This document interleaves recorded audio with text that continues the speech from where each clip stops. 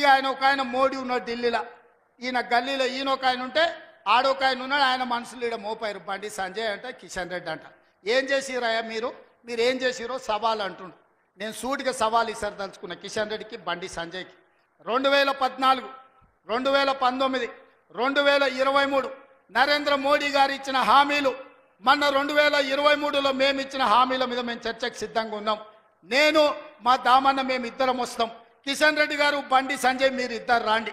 BRS నుంచి వాళ్ళని కూడా తండ్రి కొడుకులు వస్తారో, మామ అల్లుడు వస్తాడో, బావ బామార్ది వస్తాడో, ఎవడో ఒకడు వాళ్ళని కూడా రాని చర్చ పెడదాం, బజార్లో పెడదాం, అంబేద్కర్ చౌరస్తాలో పెడదాం, అంబేద్కర్ సాక్షిగా చర్చ చేద్దాం. 10 ఏళ్ళు కేసీఆర్ ముఖ్యమంత్రిగా, 12 ఏళ్ళు నరేంద్ర మోడీ ప్రధానమంత్రిగా, 12 నెలలు మన ప్రభుత్వం ఇందిరమ్మ ప్రభుత్వం చేసిన పనుల మీద చర్చ చేద్దాం. చర్చకు రమ్మంటే బాగుంటుంది, కానీ ఇంతవరకు ఆలు లేదు చూలు లేదు. ముఖ్యమంత్రి గారు చర్చకు రావాలని సవాలు చేయడము హాస్యాస్పదమని మనం చేస్తా ఉన్నాం.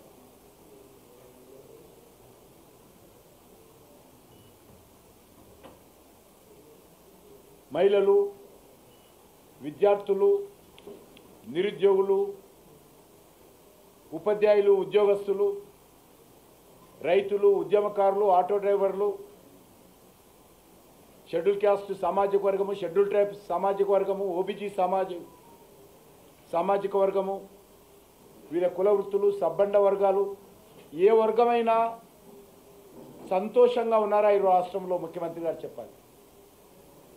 ఏ వర్గానికైనా ఏమైనా గత 14 నెలలుగా మీ ప్రభుత్వం అధికారంలోకి వచ్చిన తర్వాత మీ వర్గబెట్టింది ఏందో చెప్పాలి.